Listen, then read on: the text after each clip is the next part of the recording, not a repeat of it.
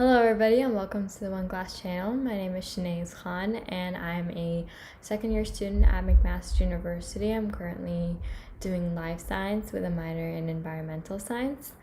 Today we'll be going over some commonly asked mathematics and algebra questions at both the high school and university level. If you ever need some homework help or tutoring, check out the link in the description below and let's get started.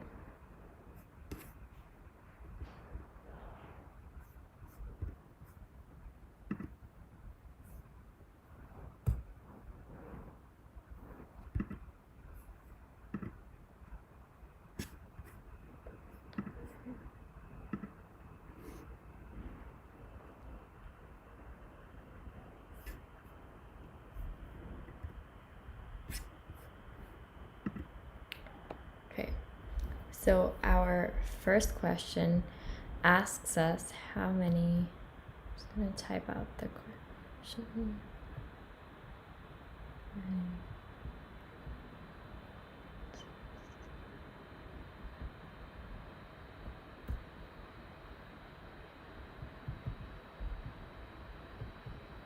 So when we read this question, we automatically know that this is a conversion question. And one thing that is really important in order for us to solve a conversion question is to know what the conversion rate is. So in this case, we have in blue 1 liter is equals to 33.814 ounces. So again, they asked us for ounce and they gave us liters, so we need to know the conversion rate between liters and ounces. So in this case, they have given us liters, so we have to multiply 5 by 33.814 in order to get our ounces. If it was reversed and we were given for example, we're given ounces, to convert it to liters, we would have to divide by the conversion factor. So in this case, 5 times 33.814, and that equals to 169.07 ounce.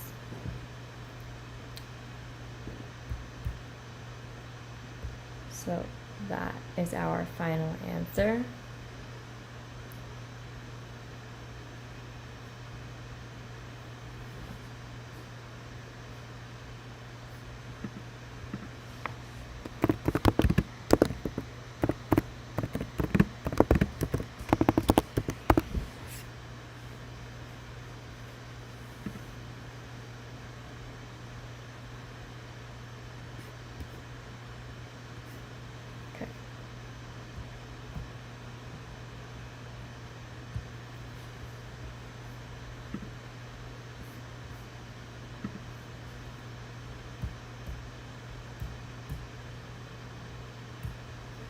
Our next question asks us, what is a circumference?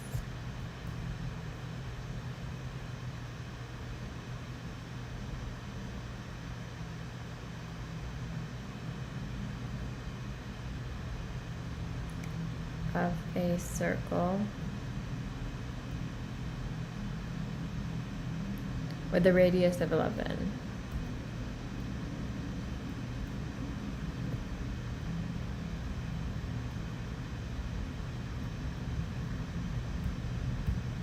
And I'm just going to highlight the question.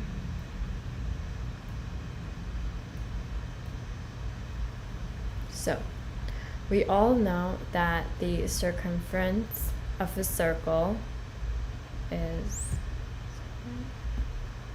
So once again, I'm just going to highlight all the answers in red, write down any important equations that we need to solve our question in blue, and write down our question and our answer working in black. So circumference is equal to 2 pi r, r being the radius. So in this case, they have actually given us the radius. So all we have to do is substitute that into our equation for circumference. So circumference is equals to 2 pi r, 2 pi times 11, which is 22 pi. Or if you put it in your calculator, you're going to get about 69.1. So if you're ever asked like the exact value, you're supposed to write 22 pi. If you're ever asked the approximate value, then you can put in 69.1. But that will be our final answer.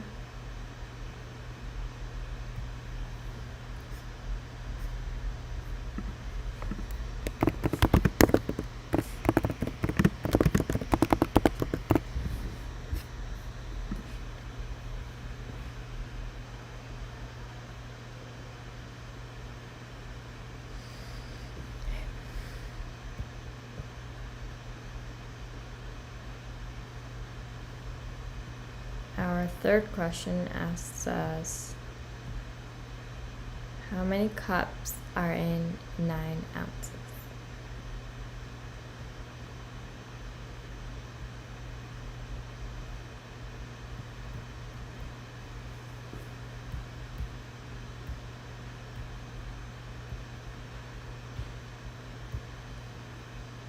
Okay, so again, this is a conversion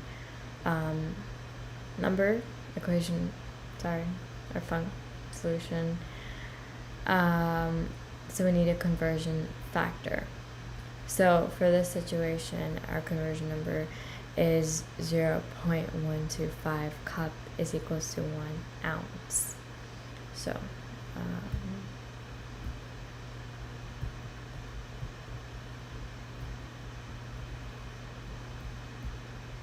over here, we're given this side of the equation. And we're asked to find the cups. So what we have to do is figure out how many ounces we have. So basically, we just have to multiply 9 by 0.125. If it was the opposite, if they had given us the cups and asked us to find the ounce, then we would have to divide by the conversion factor. So in this case, we have to multiply, so 9 times 0.125, which if I put in my calculator, I get 1.125.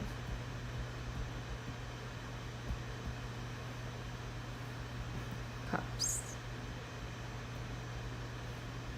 And that will be our final answer.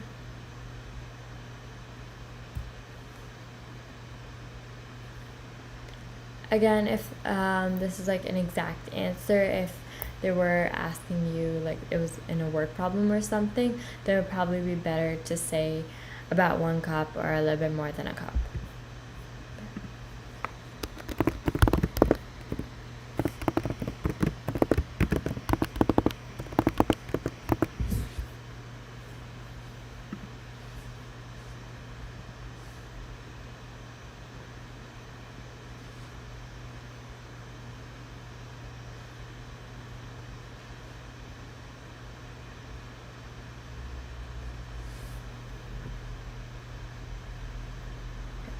Our next question is,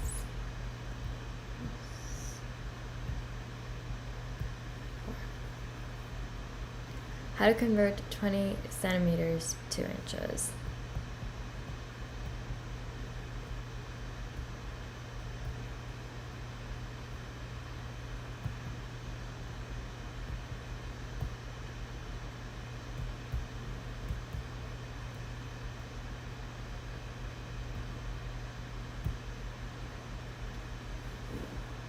This is once again a conversion question, and to solve that we need a conversion factor.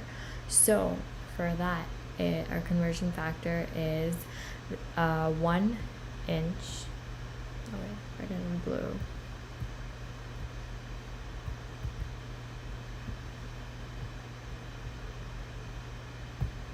Is equals to 2.54 centimeters.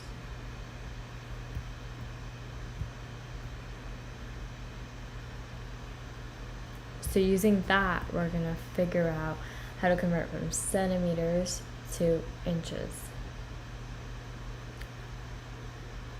So in this case, we're asked to convert from centimeters to inches, which means we have to multiply by the conversion factor. So we're given 20 centimeters. We also have to make sure that our units cancel out. So if you're ever confused about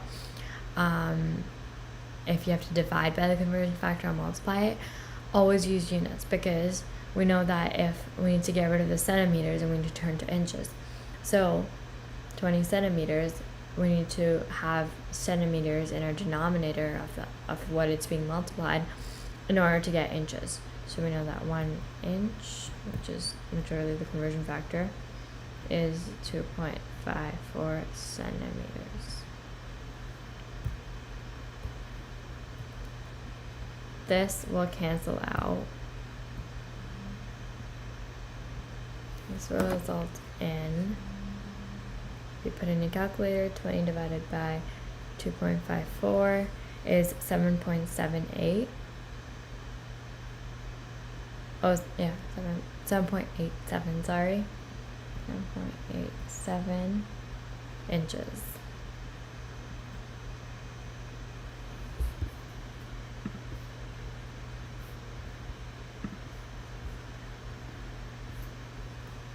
So that is our final answer.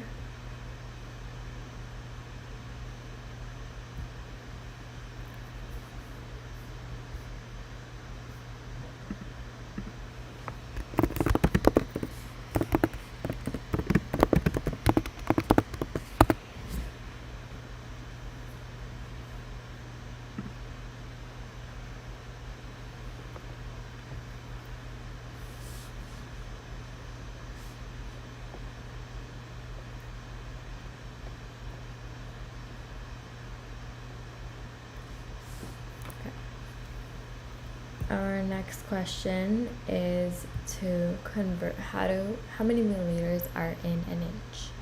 So 5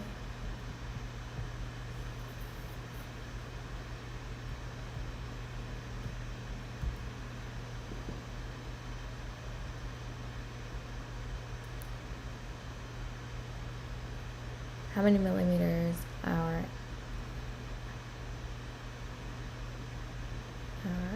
in an inch.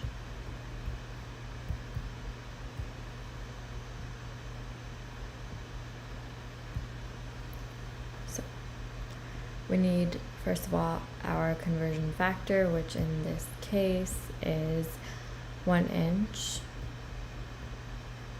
is equal to 25.4 millimeters. Now, using this conversion factor, we can solve our question. So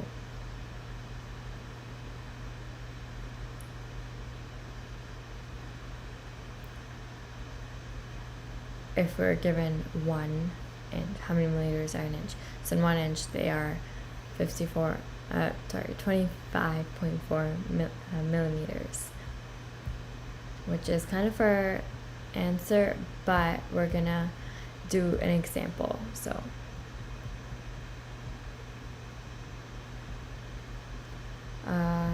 how many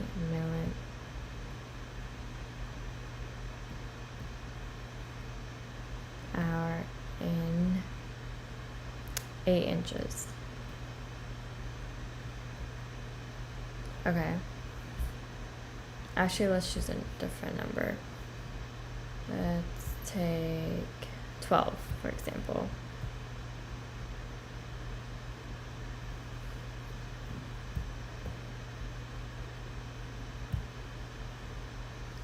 So, because we're turning from inches to milliliters, we have to multiply by the conversion factor. So 12 times 25.4.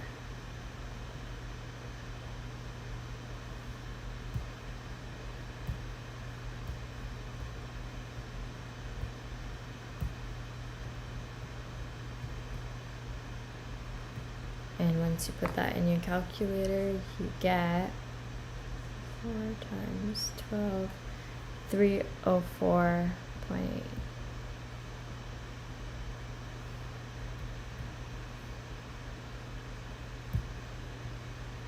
And that would be your answer.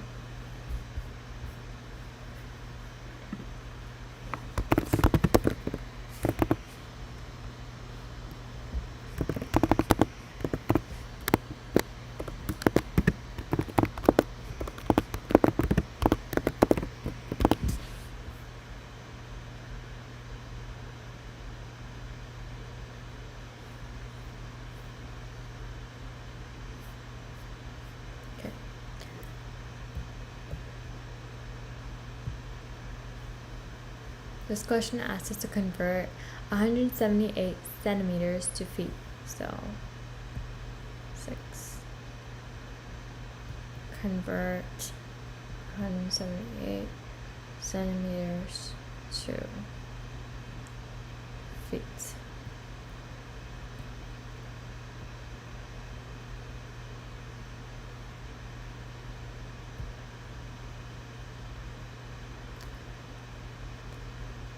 We need to know the conversion factor, so we know that in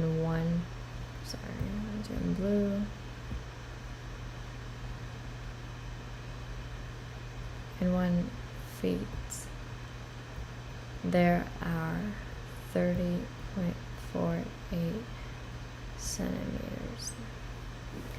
Using this conversion factor, we can figure out our feet. So 178 centimeters, we need to cancel out the centimeters, so the centimeters are going to be at the bottom. 8 centimeters, 1 feet. So centimeters cancel out, and we are left with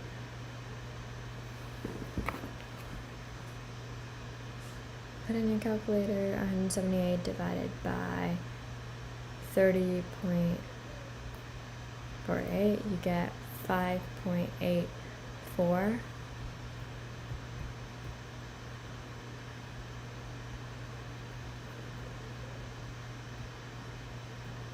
feet.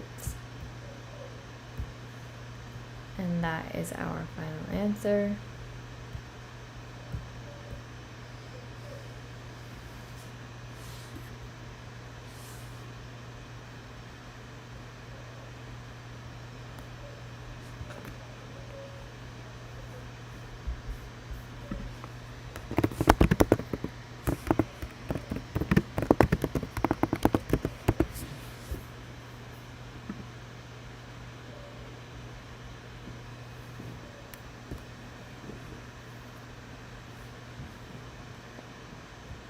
This question asked, how do you convert 90 inches to yards?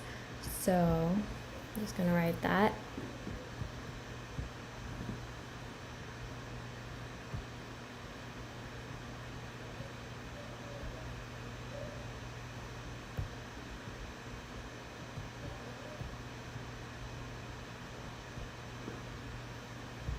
And highlight the question. Always remember, look at the question, integrate depth, see what they're asking you, see what they've already given you, and try to figure out the steps of how to solve them beforehand. So this is a simple conversion question. All we need to know is the conversion factor. So one over here, our conversion factor is 1 yard is equals to 36 inches.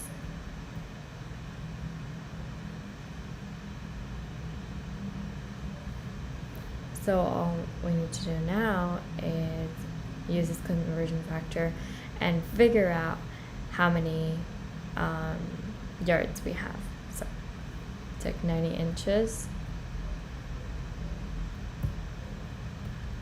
put 36 inches at the bottom, and 1 yard at the top.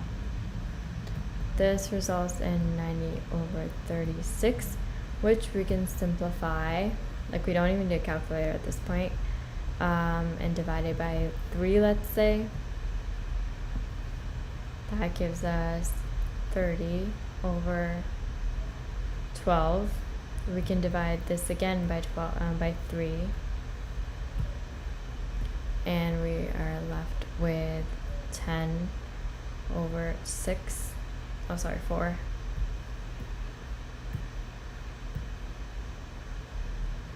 And this can again be divided by 2.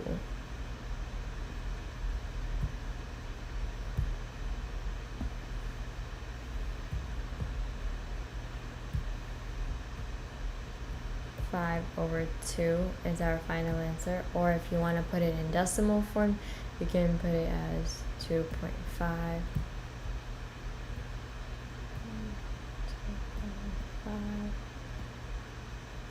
yards. So that is our final answer.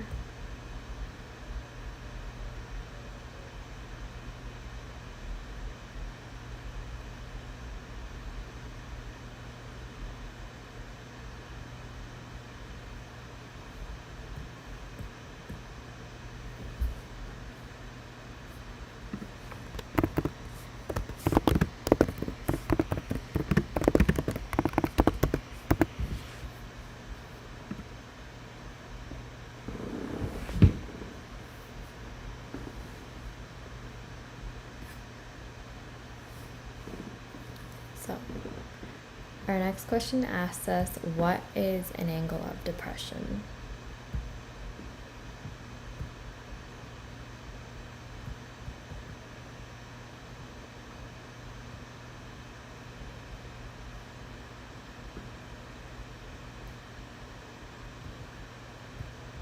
So, this is a little bit of trig, and basically what an angle of depression is, always think of it when you're kind of like looking down on something. So when you're on a high surface and are high, like for example, a mathematic example could be like you're at the top of a building and you look down. So that angle of which you look down kind of at is your angle of depression. So I'm just going to draw it out. So that is your horizontal.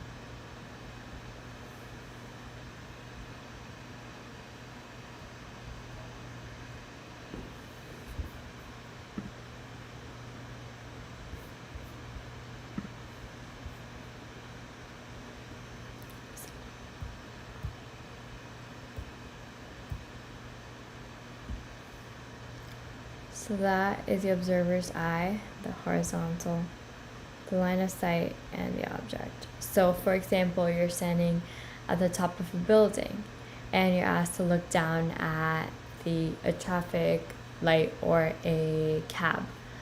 The cab would be the object. You at the top would be the observer's eye, that's your horizontal, and that would be your line of sight going right across. Now the angle of depression is actually over here.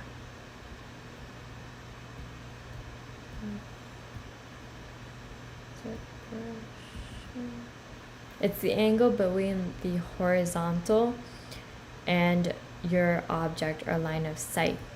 So it's the angle between that.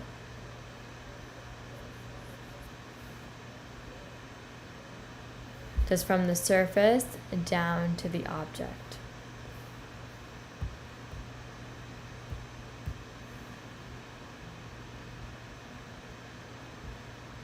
Sorry, from the horizontal down. Horizontal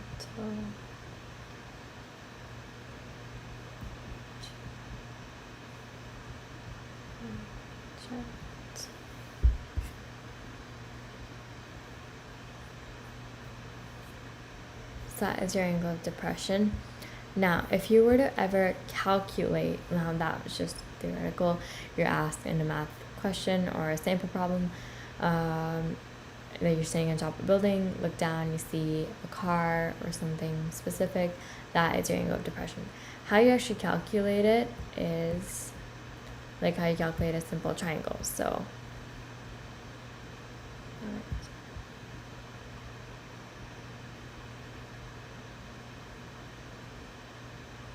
I'm just going to copy the same diagram it was before, and we're just going to attach a line.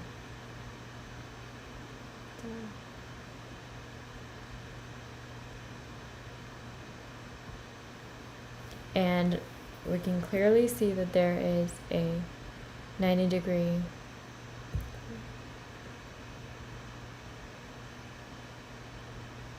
angle right here, or 90 degrees right there. This is our angle that we're looking from, and if we were to ever kind of solve for either sides, if you're standing over here, right, this is your adjacent, so I'm just going to highlight. This would be your adjacent.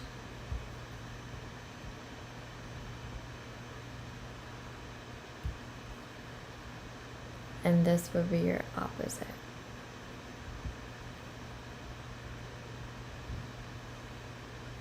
And to solve for those, we would just use SOHCAHTOA. So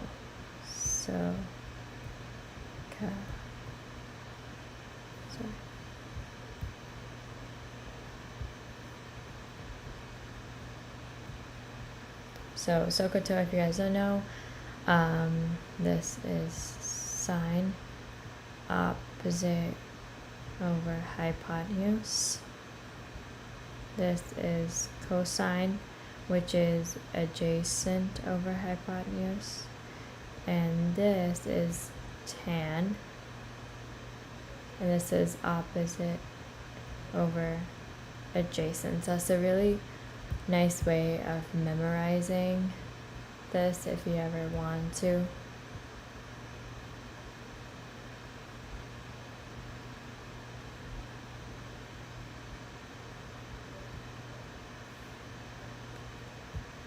Now, kind of going from what I said here,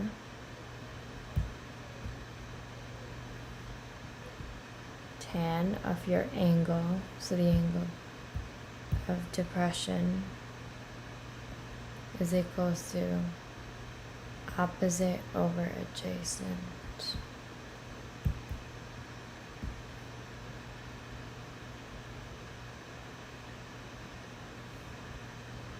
That is this.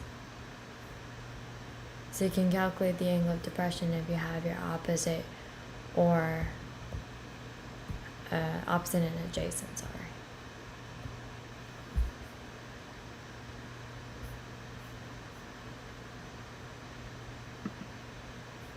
And going back to like over here, in that example, if you're at the top of a building or a lighthouse or something, it's usually that. We all know that the adjacent is the horizontal distance from you and the object. So, take a different color, from you and the object, so the horizontal distance, that. And the opposite represents the vertical distance from you and the object, so here. Just kind of repeat that.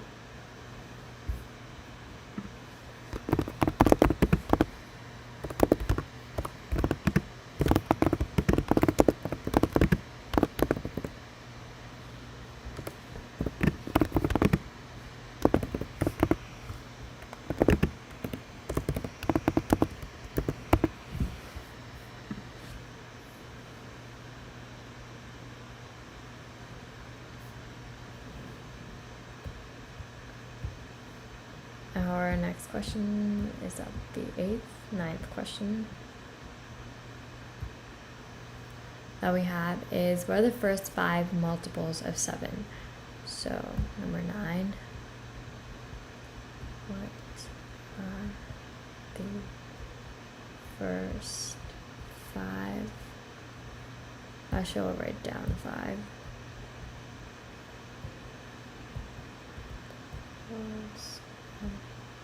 7. So if you guys don't know what multiples mean, multiples are kind of, one second.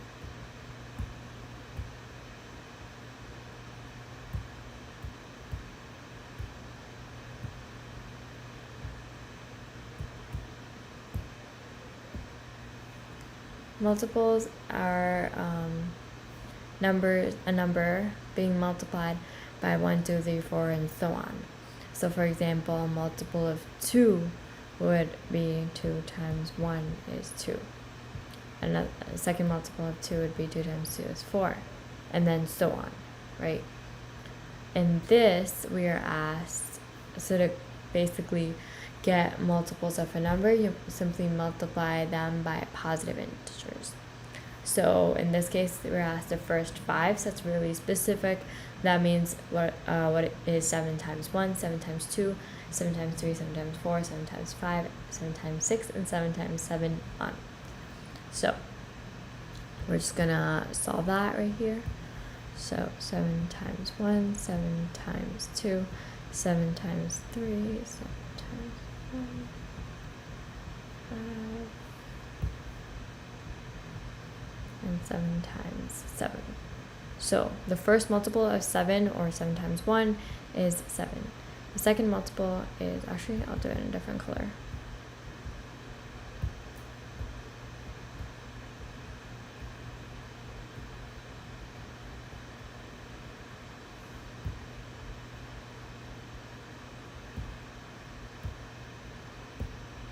So, is 7. The second multiple, or 7 times 2, is 14. The third multiple of 7 is 21. The fourth multiple, or 7 times 4, is 28. The fifth multiple, or 7 times 5, is 35. The sixth multiple, or 7 times 6, is 42. And lastly, 7 times 7, or the seventh multiple. Oh, we only did the first 5. Again, read the question again. Still getting confused, but we only had to do the first. I'm just going to complete this. It's 49, but we only need the first 5 multiples. I misread the question. Don't do that.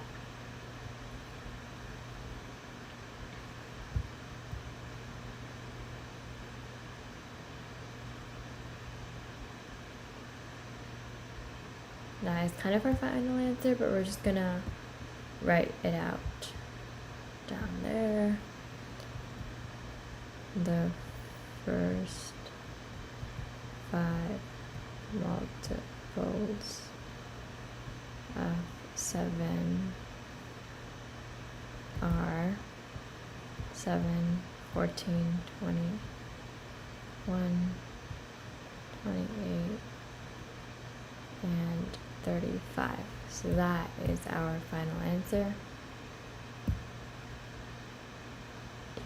Right there.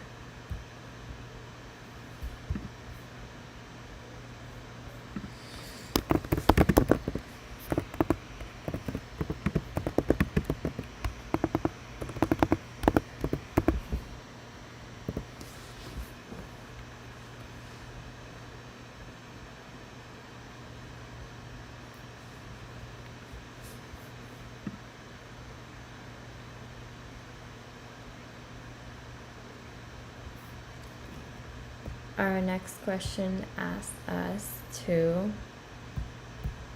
write 0.125 as a fraction.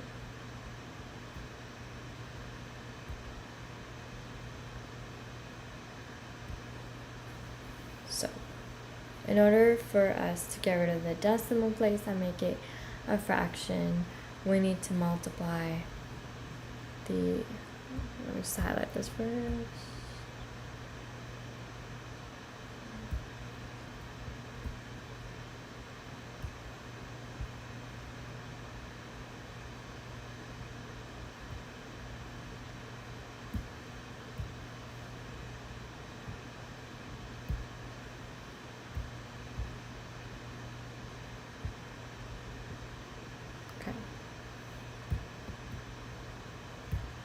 So this is essentially 0.125 over 1. The 1, we kind of don't write it, but we all know that it's there. Now, in order for us to get rid of the decimal and make it into a fraction, we need to multiply it by a number that gets rid of the decimal. So, and again, whatever we do to the numerator, we have to do to the denominator. So if we multiply the numerator by a certain number, we have to multiply the denominator by the same number. If we divide the denominator by a specific number, we have to divide the numerator by the same amount of number. So in this case, we're going to multiply the numerator and denominator by 1,000. The reason we're choosing 1,000 is because 1.25. We need 1, 2, 3. To move the decimal place 3 spaces to the right, which means we need a number that has 3 zeros. So this will be 125 over 1,000. Another way to confirm this is if you put 125 divided by 1,000 in the calculator, we should end up with 0.125.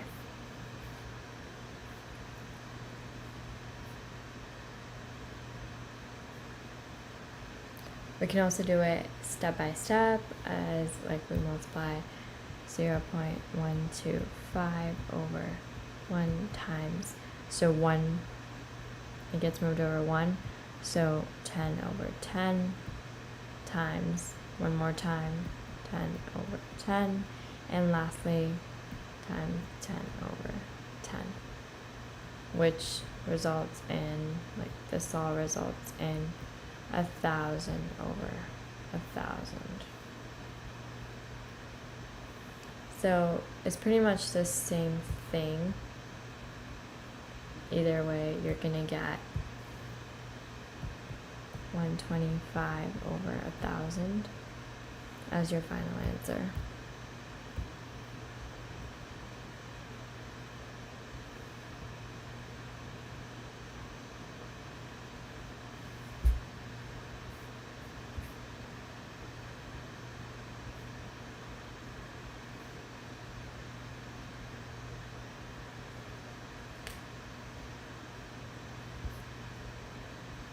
Now, since we have this, when we've successfully gotten rid of the decimal point, most teachers do ask to simplify and put in its reduced form, which means it's as simple as possible. So we can think of some things over here that we can divide out. So 125 over 1,000, you can simply divide it by 5, I know for sure, and you're gonna get 125 divided by 5 is 25 over 1,000 divided by 5 is 200. This can be divided by 5 again. Divided by 5. 5 divided by 5. 5. That equals to 5 over 40, which can then also be divided by 5. Divided by 5. When you're thinking of numbers that you can divide the numerator and denominator with, think of numbers that are common in both the numerator and denominator and just divide it by that. This leaves us with 1 over 8 as our full and final answer in simplified and reduced form.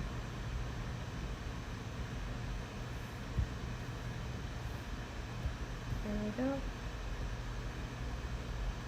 So basically what we did was we turned 125 into 125 0.125 over to 125 over 1,000 into 1 divided by 8, which is the same thing. If you put any of these three values into your equation, you're going to get this, into your calculator, sorry, you're going to get the same number, which is 0.125.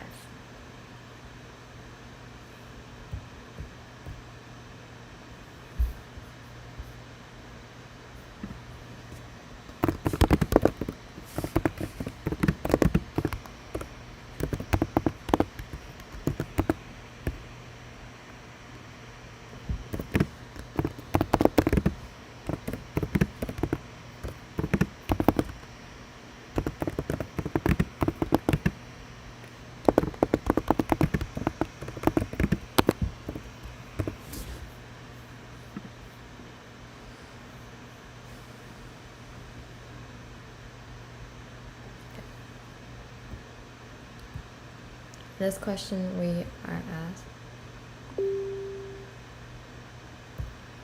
to how many cups are equivalent to 1 pint? How cups are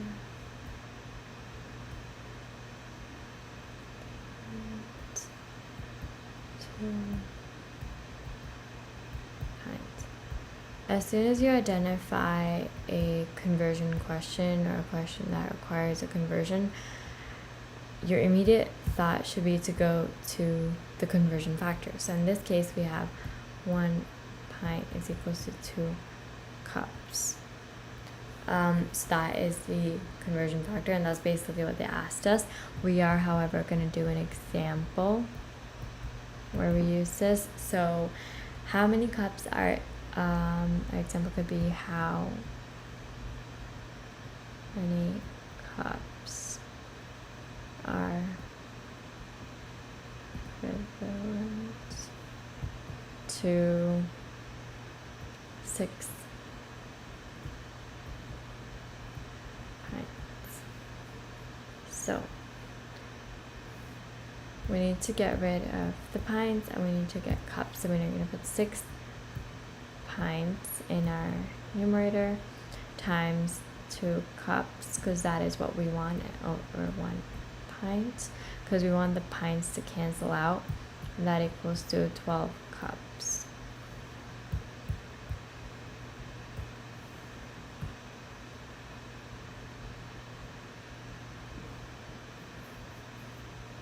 So that is our final answer. So always remember, if you're given pints and you want to convert to cups, then you have to multiply with the conversion factor.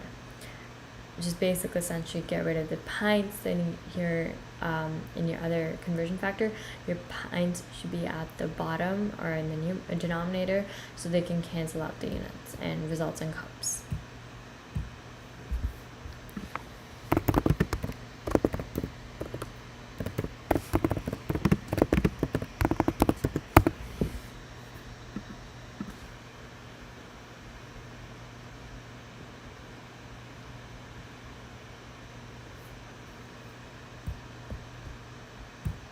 In this question, we are asked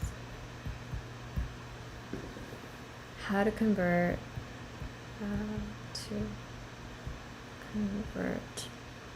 62 inches to feet.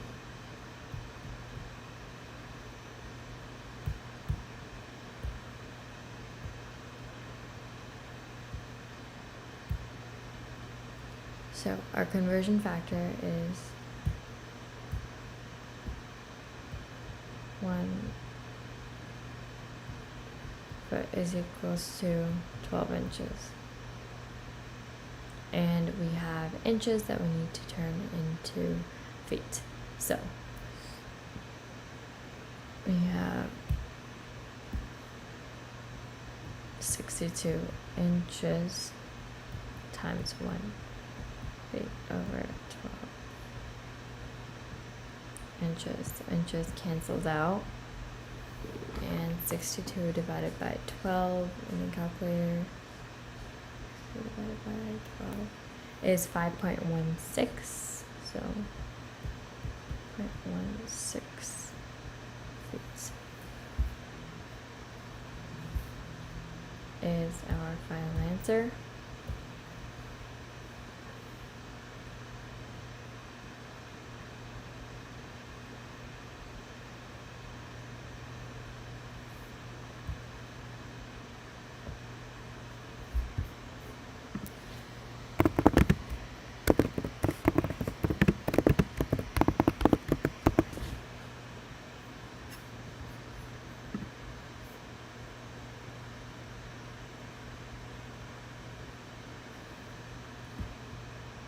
Our next question is a fraction, so it's addition of fractions. 13. Evaluate.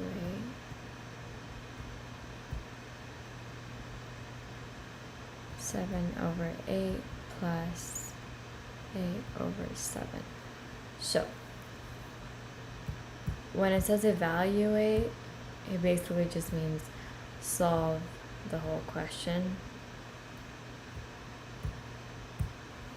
So we're given 7 over 8 plus 8 over 7.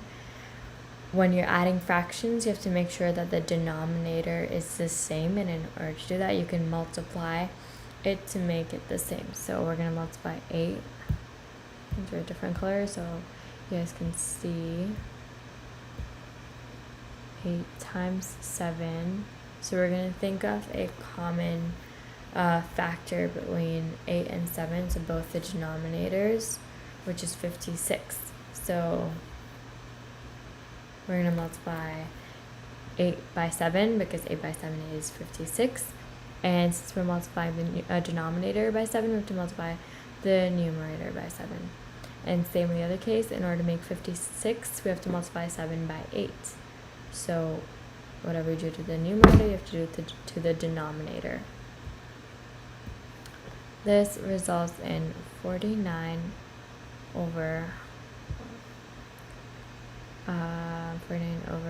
56 plus 8 times 8 is 64. 64 over 56. This can also be written as the following: 49 plus 64 over 56. Because they are the same denominators, they can be in under one fraction, I guess that makes sense. You can come up, and this would result in 49 plus 64 is 113. 3 over 56. This is an answer, however, it is in improper form. The best thing to do is to turn it into mixed form, and to do that we can use, I guess, long division. So we can think of 56. How many times can 56 go into 113? So 56 times 1 is 56. 56 times 2 is 112. And if we go 56 times 3, it will exceed 113. So we can't go to times 3. So this is going to result in 2. And so our remainder would be 113. So we're going to take the numerator and minus with this number, so 112. We're left with 1. So our numerator would be 1 over the denominator always remains the same, would be 56. Another way to confirm this is what you do is you take your whole number, so 1 over 56, and you multiply it by the whole number, 56. You take your denominator multiplied by the mixed number, and then you add the numerator to it. So 56 times 2 is 112, plus 1 is 113 over 56. So it's the same thing. So this is our final answer.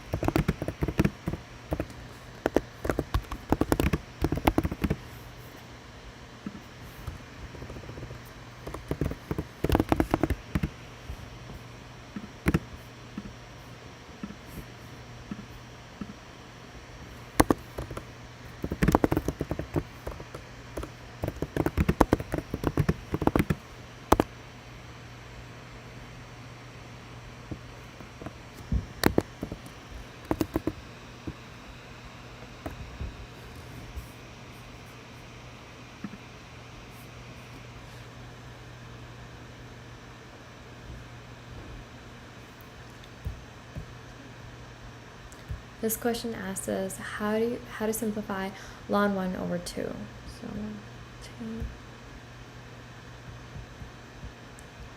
How do you simplify ln 1 over 2?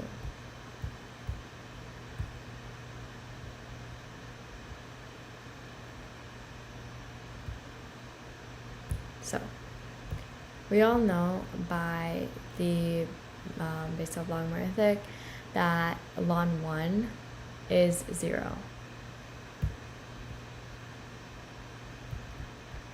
Because any number raised to the power of 0 is 1. Okay? So it could be like 100 raised to the power of 0 is 1. 2 raised to the power of 0 is 1. Any number raised to the power of 0 is 1. So that's why ln 1 is equals to 0. I should have written this in blue.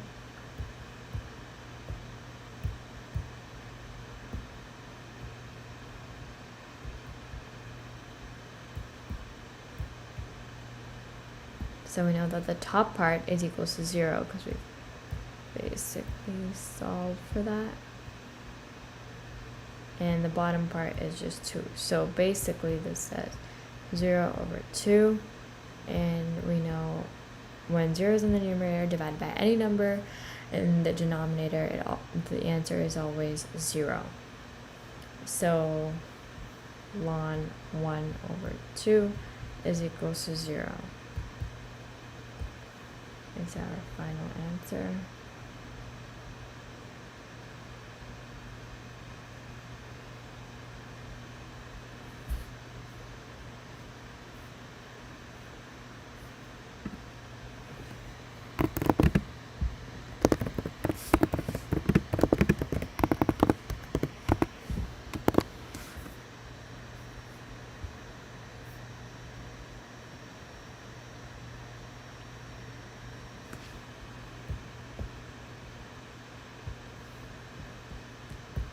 So our next question is, how do you simplify root of 225? So how do you simplify square root of 225?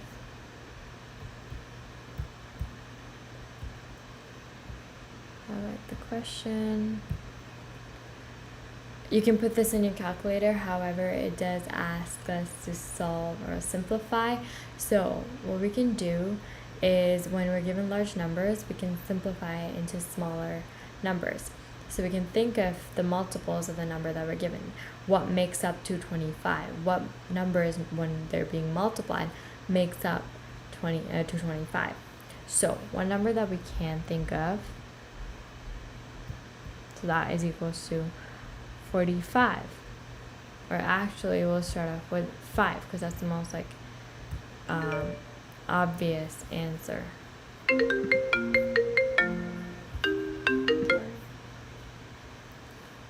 Because that is the most obvious answer. So when we divide 225 by 5, we get 45. So 5 times 45, that is the same thing as square root 225.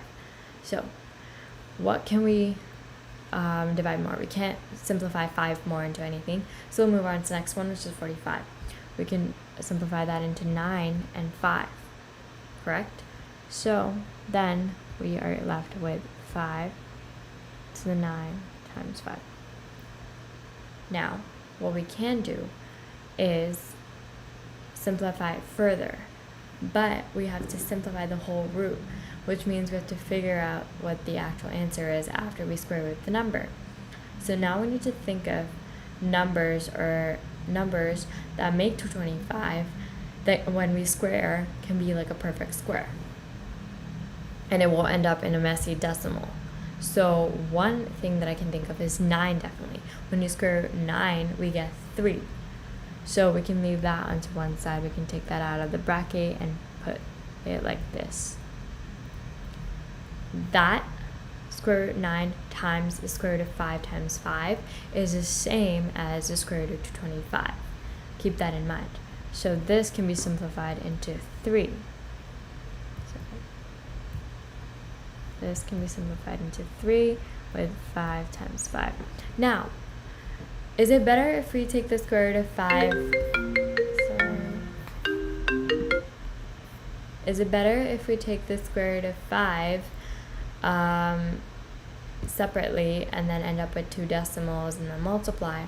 Or is it better if we can multiply 5 times 5 and that ends up with 25, and when you square 25 it's a perfect answer, which is 5. So that's what we're going to do. It's 325. So here, this is 5. And then we can multiply that out into 15. 3 times 5 is 15. So that is our final answer.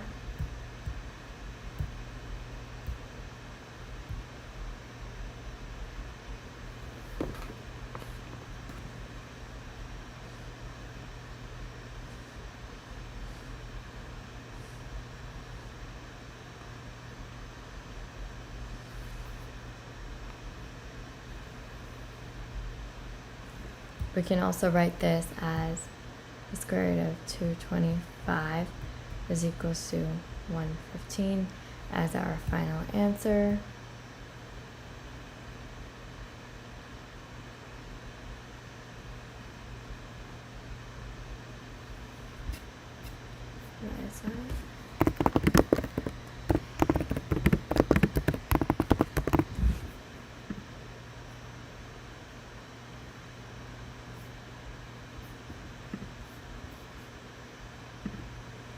Those are all the questions that we have for today. If you guys want to send in your own questions or want any homework or tutoring help, make sure to check out the link in the description below. This was Shenaeze from OneClass, and hope to see you guys next time.